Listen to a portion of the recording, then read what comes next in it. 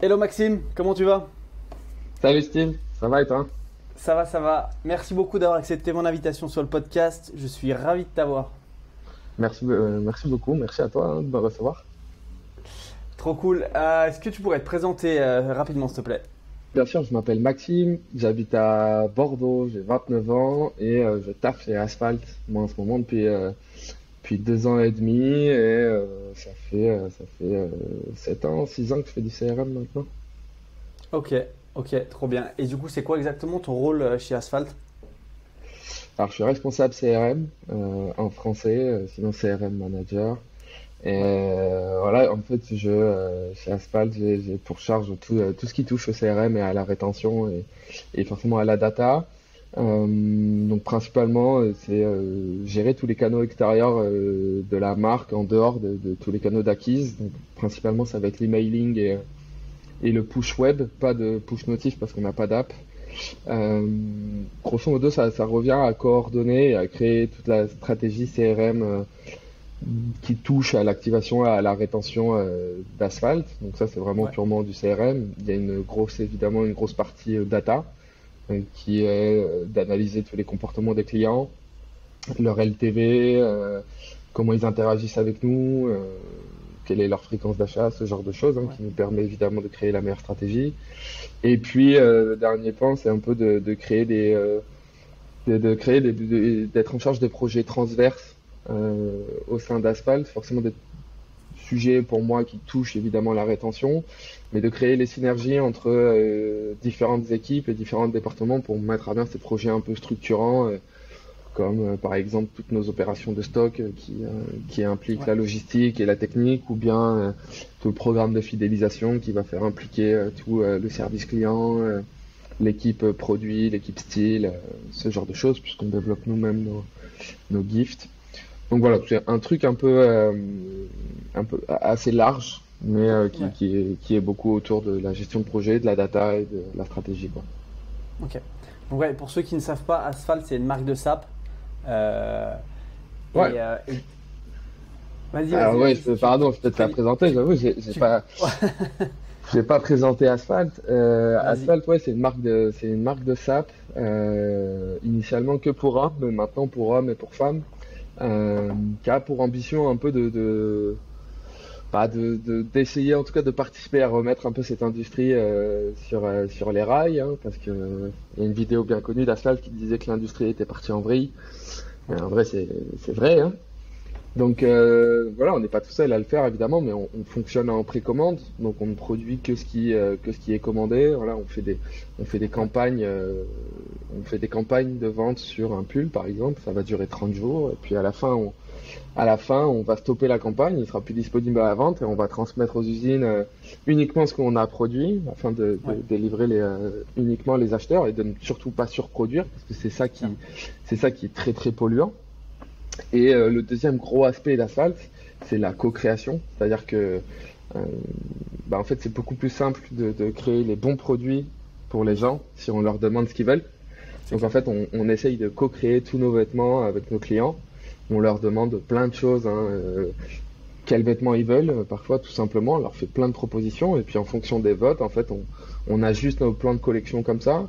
Et puis ça va jusqu'à des détails qui sont où est-ce qu'on met les poches, où est-ce qu'on met les Ok. boutons, quelle couleur on crée, ce genre de choses, histoire qu'en fait ça colle au mieux à notre communauté et que les gens aient des vêtements qui soient ce qu'ils veulent, qui répondent à leurs attentes et surtout qu'ils soient solides et durables.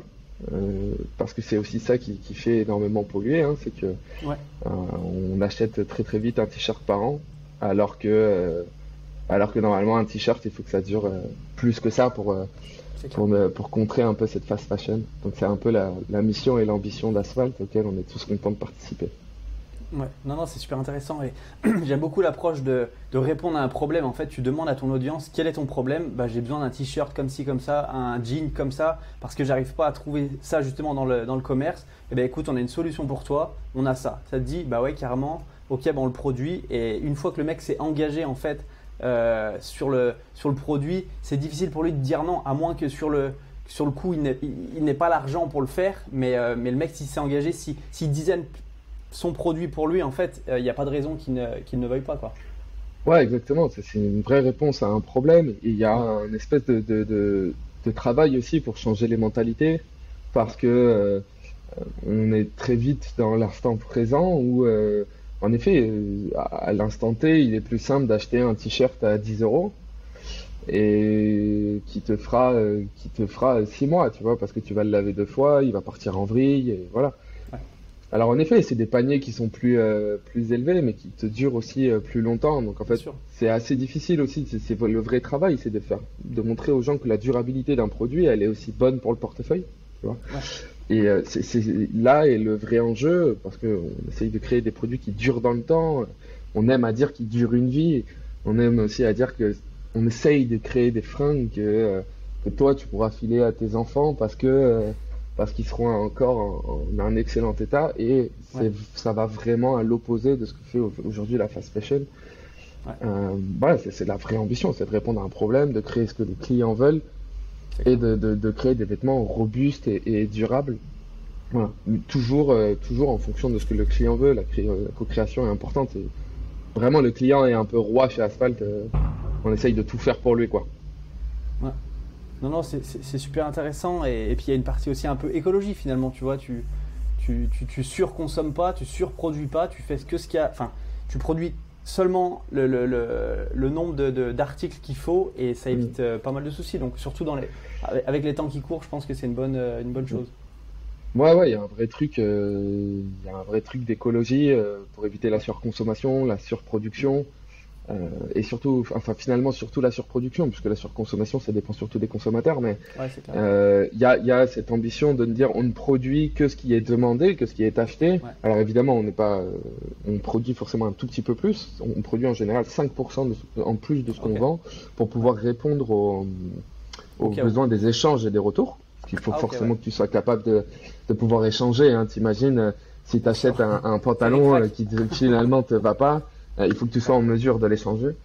ouais, Parce que tu l'attends quand même en moyenne 2 mois. Tu vois, la précommande, c'est quand même des délais ok. de livraison qui sont plus longs. Euh, Ouais, donc c'est aussi ça qu'on essaie de faire changer dans la mentalité, c'est cette livraison de 2 mois. Quand aujourd'hui Amazon est capable de te livrer en 24 heures, c'est une vraie opposition, c'est un vrai ouais, challenge aussi, mais c'est aussi ce qui est excitant quand tu crois vraiment au projet, quoi. Euh, c'est clair. donc il y a cet aspect très écologique. Donc en effet, on fabrique 5% de plus. Et en fait, ce résidu que nous, on appelle les 5%, à la fois c'est le seul stock qu'on a. Et en général, on le met une fois par mois sur le site. La seule différence, c'est qu'il est plus cher que la précommande. Donc tu vois, Ok, quand on vend un t-shirt à 29 euros en précommande, bah, on va le vendre 10 euros plus cher en stock. Tout simplement parce que c'est du stock, on y impute forcément des coûts de stockage. Et aussi parce qu'on cherche forcément à inciter à ce que les gens passent plutôt par la précommande. Mais notre bien but, sûr. c'est évidemment de n'essayer de n'avoir jamais de stock chez Asphalt. On Ouais, en a extrêmement peu qui dorment chez notre logisticien, quoi. excellent, trop cool. Et du coup, tu me parlais d'activation. Est-ce que tu Hmm. pourrais définir ce que c'est l'activation et comment du coup l'améliorer? Ouais, bien sûr.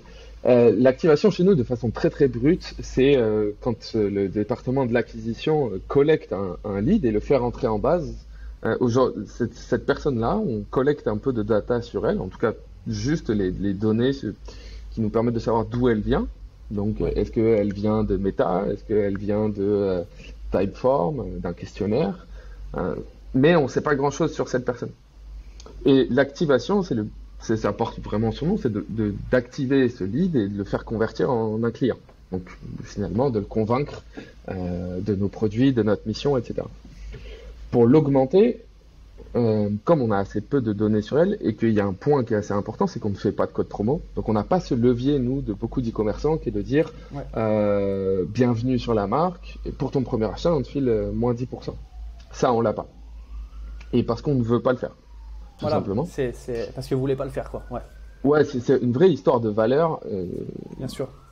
et on est tous alignés là-dessus, mais on a quand même l'impression que euh, de faire des codes promo à répétition, c'est aussi habituer les gens, euh, c'est habituer les gens à ce que tu n'achètes que quand il y a des codes promo. Et ça, on a quand même l'impression que ça dévalorise un peu le produit qu'on vend. C'est clair. Donc, on ne veut pas en faire, c'est vraiment une question de valeur, hein. On ne veut pas en faire. Voilà. Et je suis assez aligné avec cette idée. Et toute Ouais. la boîte est assez alignée avec ça. Donc en fait, on doit trouver un autre levier qui est quand même le levier le plus simple à la base. Et pour ça, en fait, le premier objectif qu'on a en termes d'activation, c'est l'onboarding. Et cet onboarding, plutôt que de filer un code promo, du coup, c'est de vraiment appuyer sur notre histoire, nos valeurs, comment on fonctionne, Ouais. pourquoi on existe, et avec des emails qui sont assez designés, qui sont très travaillés en termes visuels et de contenu rédactionnel. Euh, le but, c'est clairement d'éveiller l'intérêt au tout début de la personne et qu'ils lui disent, wow, mais qu'ils puissent se dire, wow, mais j'ai rarement vu une marque me parler comme ça, Ouais. d'être proche, mais en essayant d'être inspirant, d'éveiller les consciences. Alors c'est un grand mot de dire ça, hein, on n'a pas cette prétention, mais en tout cas on essaye. Donc le premier truc, c'est d'avoir un storytelling qui est très très fort et de parler de nous, de comment on fonctionne, d'expliquer aussi le modèle euh, pour éveiller l'intérêt. Et la deuxième partie, forcément, c'est de proposer des produits à acheter, parce qu'il faut quand même le convertir. Bah oui. Et là, on a quand même identifié des produits qui sont plus susceptibles de faire convertir quelqu'un qui ne connaît pas la marque plutôt que quelqu'un qui est là et qui a déjà répété 5, 6 ou 7 achats. Pour ça, on va proposer ce on appelle en interne des produits d'acquisition, qui sont des produits sur lesquels il est facile de rentrer, sur lesquels on a beaucoup de social proof, on a beaucoup d'avis, on a un recul qui est extrêmement fort. Par exemple, ça veut dire qu'on a fait 6, 7, 8 versions de ces produits. Donc Ouais. on est sûr de nous, on l'a co-créé pendant très longtemps avec nos clients. Ouais, il Et est c'est des validé, produits quoi. qui sont pas exactement, voilà, il est validé. Donc en fait, et c'est des produits aussi qui sont pas sur des paniers très très hauts. C'est quand même beaucoup plus simple de rentrer sur une marque et de tester une marque que tu ne connais pas sur un panier, un t-shirt à 30 euros que sur un manteau à 300 euros.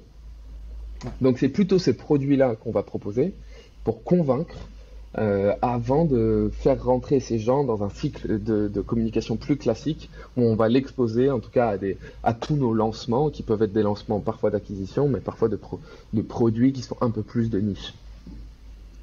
Ok. Ok. Et du coup le fait de commencer ta séquence email en partageant tes valeurs, ton storytelling et finalement ton modèle, ça permet vraiment aux gens de s'identifier à la marque et de se dire ah ouais, je me reconnais dans cette marque, j'ai pas envie d'aller acheter chez Shein, j'ai envie d'acheter chez Asphalt parce que leurs valeurs transpirent, enfin ce qui véhicule dans leurs valeurs, je le ressens aussi et je m'identifie à eux quoi. Ouais, c'est exactement le but. Euh, le but, c'est pas de mentir ou de vendre des paillettes qui sont pas là. C'est de vraiment expliquer ce pourquoi on travaille tous les jours, ce pourquoi on se lève, quel Ouais, est notre projet, ce ouais, pourquoi on se la bat. Parce vision. que Asphalt, c'est que des gens qui croient au projet, hein. Finalement, on a tous Ouais, adhéré au projet de William, qui est le fondateur, qui veut changer cette industrie. Alors, on n'a pas la prétention de dire que on va bouleverser l'industrie, on va renverser Shein et Zara et H&M. Non, pas du tout. On est trop petit pour faire ça. Par contre, on veut juste essayer en tout cas, contribuer à essayer d'avoir une consommation de la fringue qui est plus raisonnable, plus raisonnée. Arrêter de surconsommer, acheter des fringues qui sont plus robustes, qui durent. Et pour autant, c'est pas au détriment du style.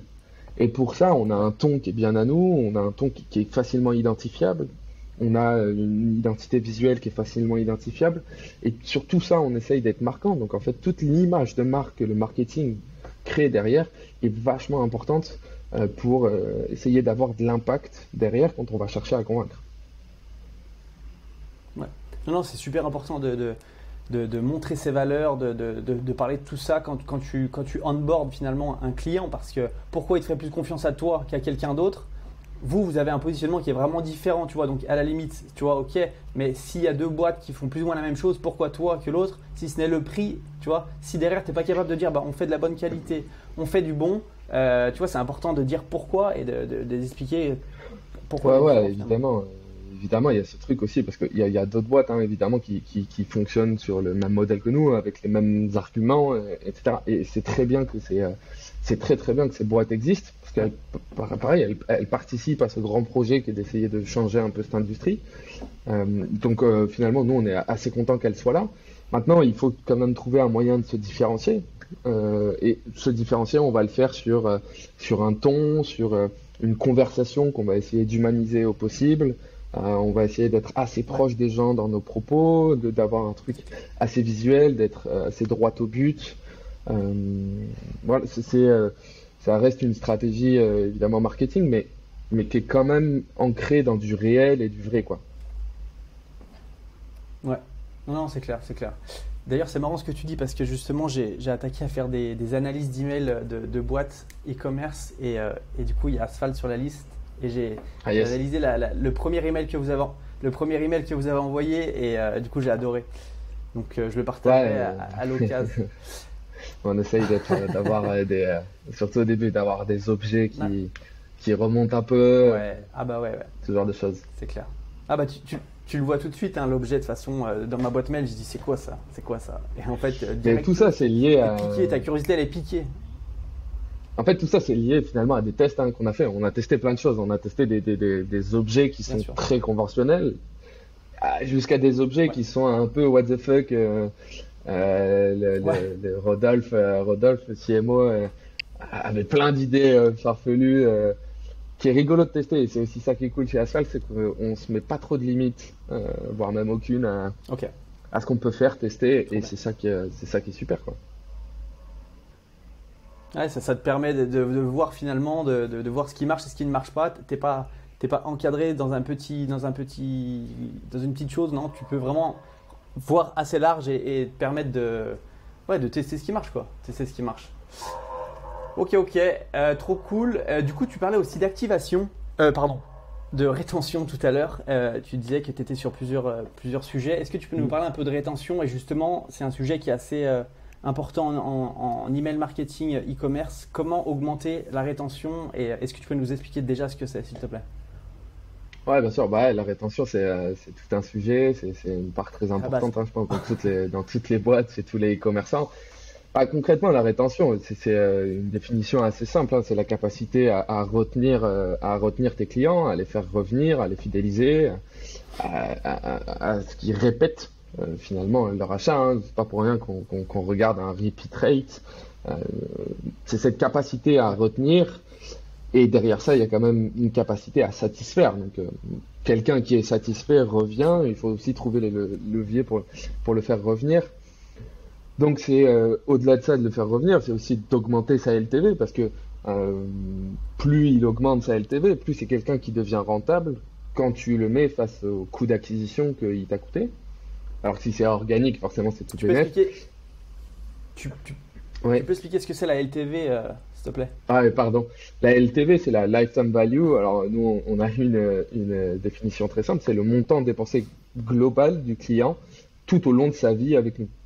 Donc, on regarde en un an combien il dépense en moyenne. Donc, on regarde ça par cohorte. Alors, les cohortes, on va regarder par exemple la cohorte de janvier 2022. C'est tous les nouveaux clients qui sont arrivés en janvier 2022.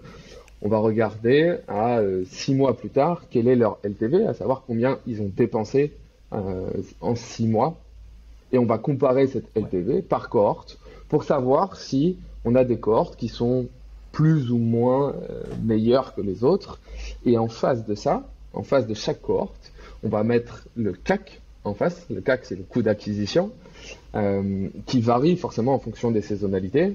L'acquisition, c'est plutôt Dorine qui s'en charge, mais on va regarder la rentabilité de nos cohortes en fonction de leur LTV. Par exemple, il est peut-être si une cohorte est à 500 euros mais que le CAC est à 100 euros, ou une cohorte est à 500 euros mais que le CAC est à 50 euros, il y a forcément une différence de rentabilité. Donc, on va regarder ça. C'est un truc qui nous drive beaucoup sur la rétention, notamment pour identifier les cohortes qui sont très très fortes, pourquoi elles sont très très fortes, qu'est-ce qu'on a fait à ce moment-là par rapport à une cohorte qui l'est un peu moins.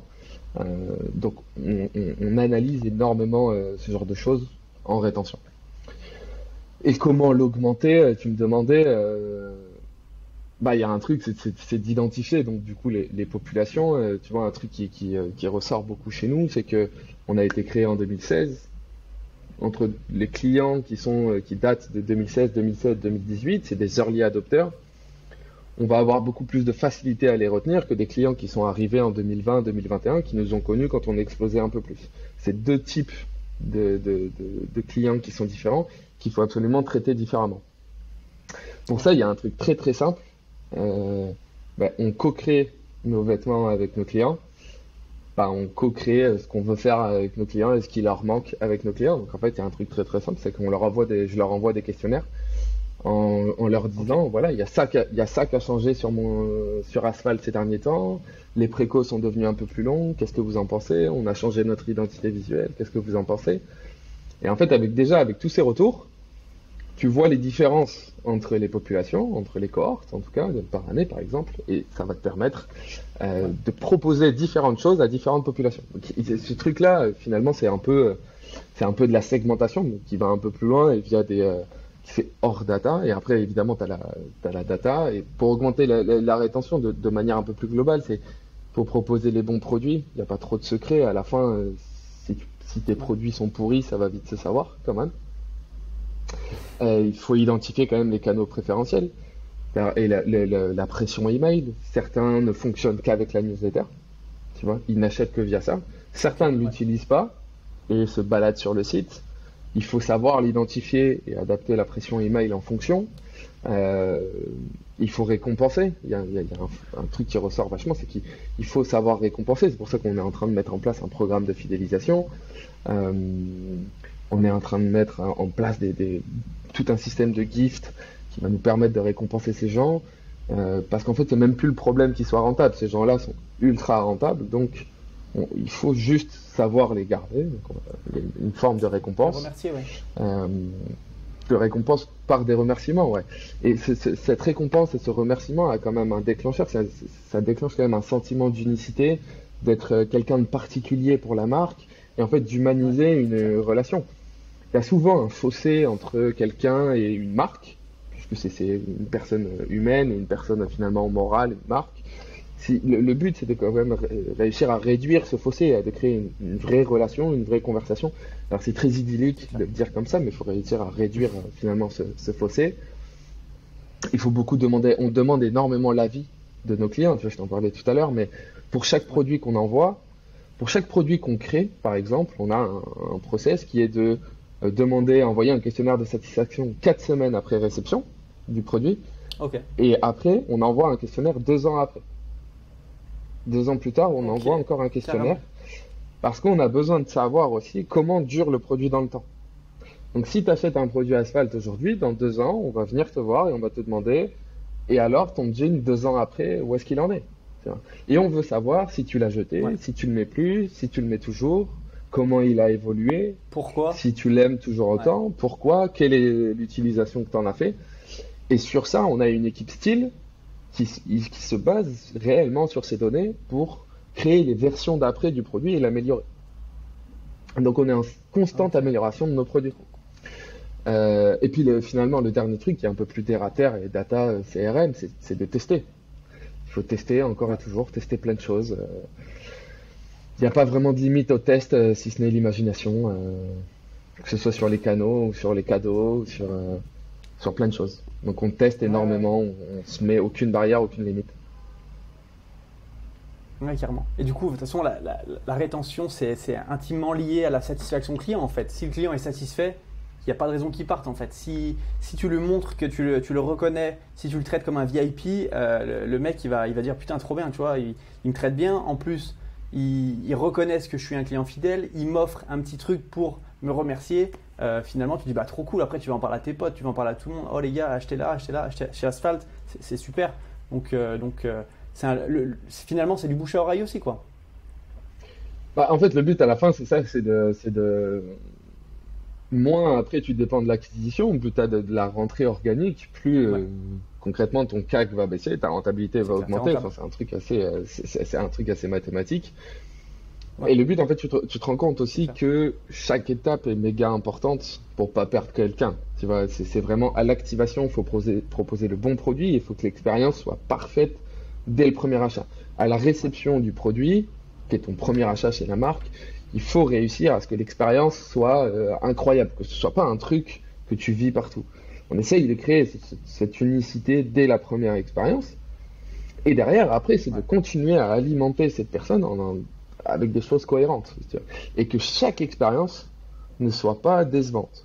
Et si jamais ça l'est, parce que ça peut arriver, évidemment, personne n'est parfait, on a aujourd'hui un service client qui est incroyable, tu vois, et qui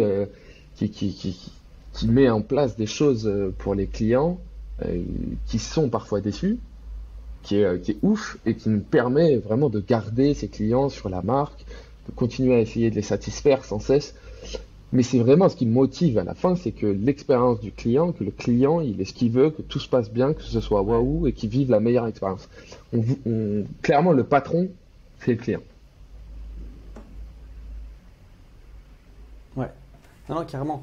Non, c'est super intéressant de se dire, tu poses la question au client en fait, est-ce que tu es satisfait? Oui, non, pourquoi? Derrière toi, ça donne de la data, tu peux itérer, tu peux t'améliorer et en fait, tu es en constante amélioration, toujours autour du client en fait. Et tu fais pas de prédiction, oh, on va essayer ça, on sait pas trop. Non, là, tu sais ce que c'est le problème, tu sais comment résoudre la solution du client et forcément derrière, il va rester parce qu'il sait qu'il est bien traité. Donc non, c'est super intéressant.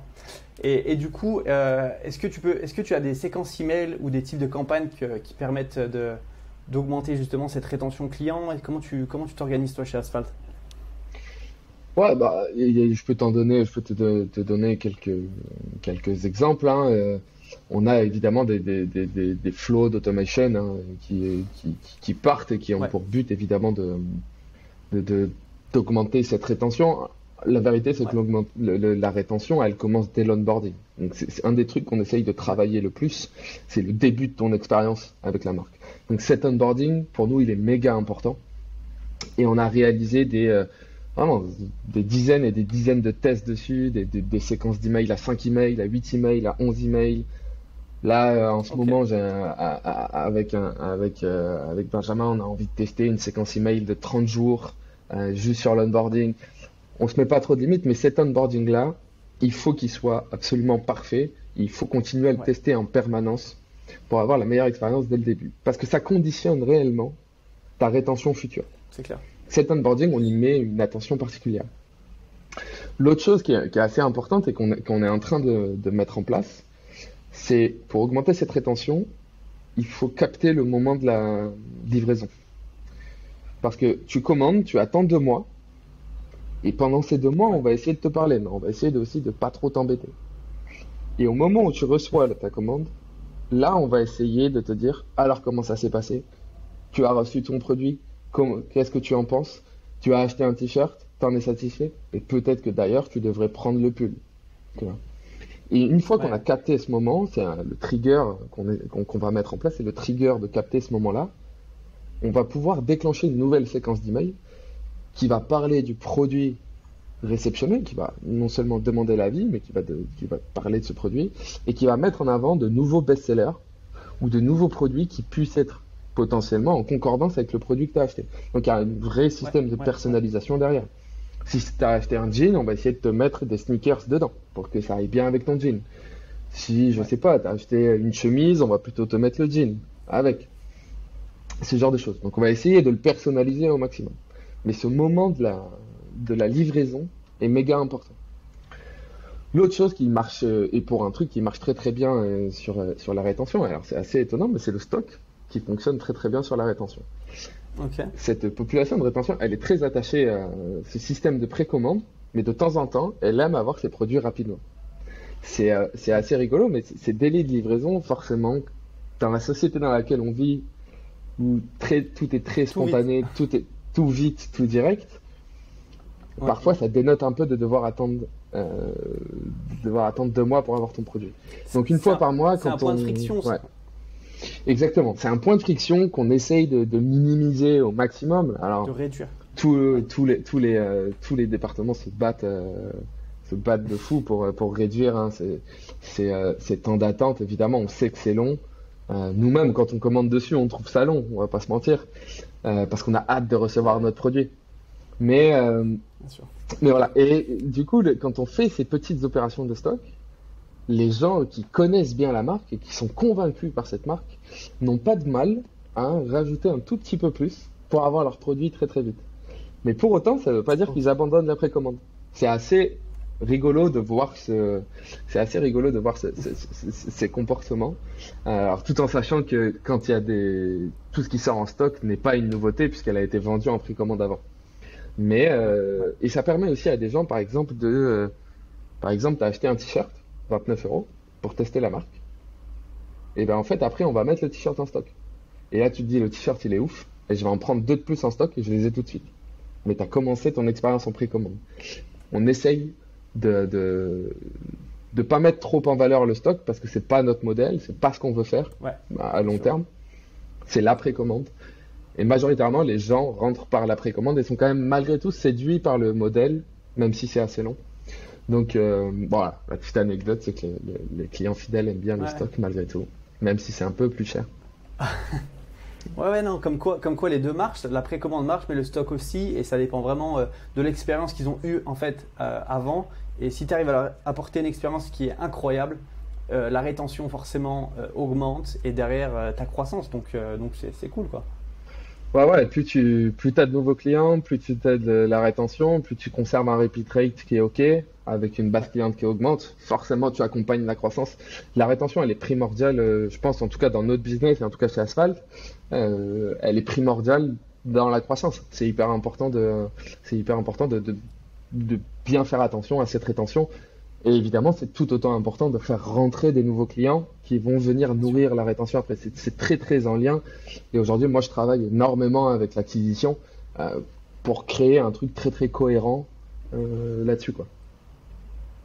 Ouais, créer un écosystème qui est pas plus d'un côté, plus de l'autre, c'est vraiment autant d'un côté, enfin ça dépend, mais autant d'un côté que de l'autre pour justement s'assurer une balance qui soit cohérente et que derrière ça tourne bien quoi. Ouais, exactement. Il y a vraiment pas. On ne mise pas que sur un département. On ne mise pas Bien tout sûr. sur l'acquisition comme on ne mise pas tout sur la rétention.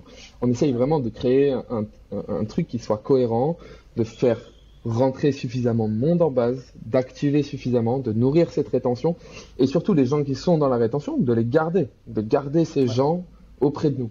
C'est hyper important parce que tu viens nourrir cette rétention, tu augmentes ton volume de clients fidèles face à une base cliente qui augmente, tu es toujours à tant de pourcents de rétention, bah forcément tu vas faire de la croissance. C'est assez, enfin c'est mathématique. ouais.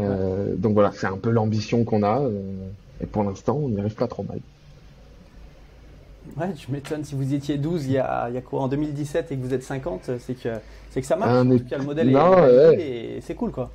Alors non, t'es 12 en 2020, pour te dire. 12 ou 13 en 2020, Ah, tu vois, moi je pardon. suis arrivé en Ah ouais, encore avril pire. 2020. En avril 2020, et là on est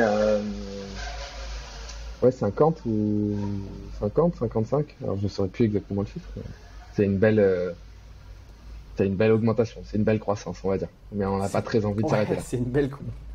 Ouais, non, c'est une belle croissance, c'est une belle croissance. Ok, écoute, Maxime, on arrive sur la fin du podcast. Je vais te poser trois questions. Si Ouais. tu devais donner un conseil à ton toi d'il y a 3 ans, qu'est-ce que tu lui dirais? Euh, j'ai 3 ans, je pense que je me dirais de tester plus.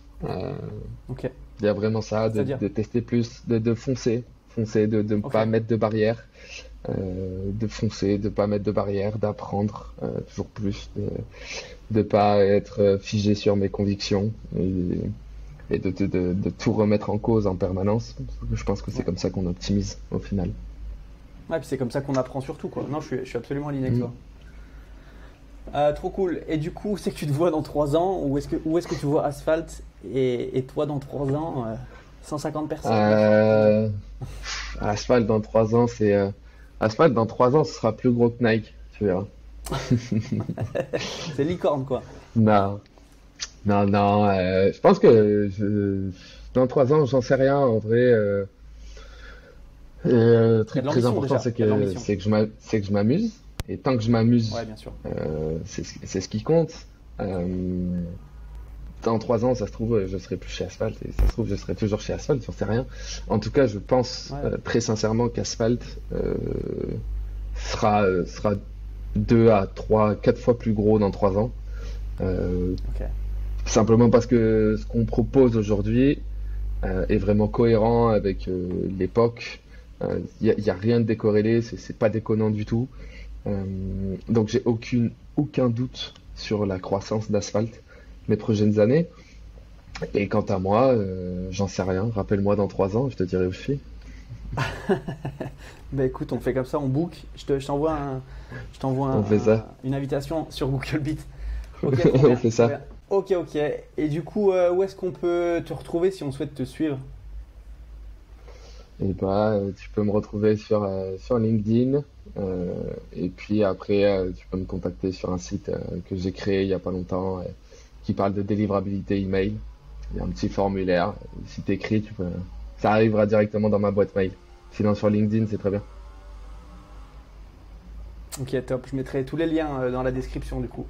Ok, Maxime, Super. écoute, merci beaucoup en tout cas. C'était vraiment, vraiment intéressant, vraiment cool. Et à la prochaine alors. Merci à toi, Steve. C'était hyper cool. À la prochaine. Merci. Super, merci Max. Allez, à plus. Ciao, ciao. À plus.